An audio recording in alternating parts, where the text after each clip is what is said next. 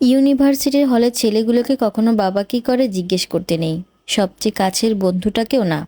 শেষবার আমি যখন একজনকে জিজ্ঞেস করেছিলাম, সে অনেকক্ষণ মাথা নিচু করে চুপ করেছিল। তারপর বলল, বাবা কিছুই করেন না।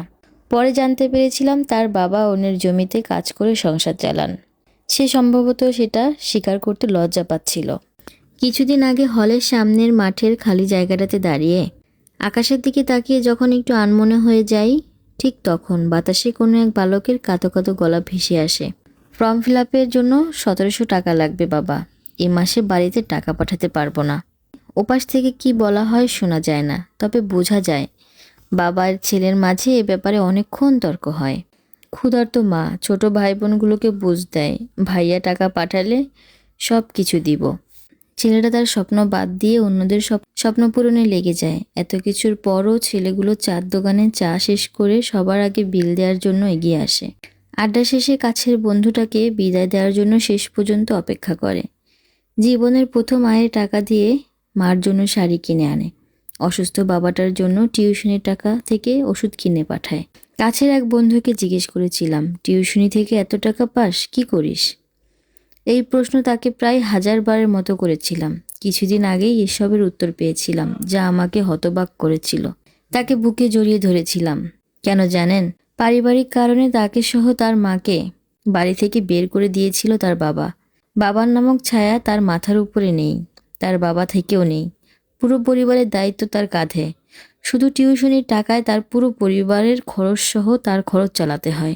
এই বন্ধুকেই আমরা বলি খুবই বাস্তবিক। মেস ছেড়ে যাওয়ার সময় সে আমাদের কাছে 30 টাকার সাবান আর গা ঘষার টাকা ফেরত চেয়েছিল। তখন বুঝতে পারিনি, আজ বুঝি কেন চেয়েছিল। এক আপুর কথা জানি, বাবা অন্য মহিলাকে বিয়ে করে তাদেরকে আলাদা করে দিয়েছে। আপু নিজেই তার পুরো পরিবারের দায়িত্ব নিয়েছে, বাবা খোঁজ পর্যন্ত নেয় না। চোখের সামনে এইসব ঘটনাগুলো দেখে নিজেকে সামলাতে পারি না আসলে। আল্লাহর রহমতে আলহামদুলিল্লাহ অনেক ভালো আছি। এসব ছেলে মেয়েরাই সফল হবে একদিন ইনশাল্লাহ। আসসালামু আলাইকুম এভরিওয়ান, কেমন আছেন সবাই? আমি আলহামদুলিল্লাহ ভালো আছি। কাজে অনেক বেশি ইরেগুলার হয়ে গিয়েছি আমি, মানে আমার জন্য কি হয়েছে, আমি কন্টিনিউ কাজ করতে পারছি না। আমি রাতে কাজ করতে গেলে আমার ঘুম চলে আসছে, দুপুরে যদি একটু কাজ করতে বসি তখনও আমার ঘুম চলে আসে। মানে মেবি আমি অনেক বেশি টায়ার্ড, মানে আমার মানে শারীরিকভাবে ফিট না যে বসে কাজ করব, এটা মানে কন্টিনিউ টানা কাজ করতে পারছি না আমি। এই জন্য কাজে অনেক বেশি গ্যাপ হচ্ছে। 2 দিন পরে লং ভিডিও নিয়ে আসলাম, আশা করি আপনাদের ভালো লাগবে। কুমড়ো ফুলের বড়া তৈরি করছিলাম, মানে কুমড়ো ফুলের পাকোড়া। এটা অনেক আগে একবার খেয়েছিলাম, তো বহু বছর পরে আবার এই যে তৈরি করলাম। খুবই ভালো লাগলো খেতে, আমার অনেক পছন্দের, কিন্তু কেন যেন খাওয়া হয় না। যারা প্রতিনিয়ত আমার পাশে থাকেন তাদেরকে অনেক অনেক ধন্যবাদ এবং ভালোবাসা নিবেন।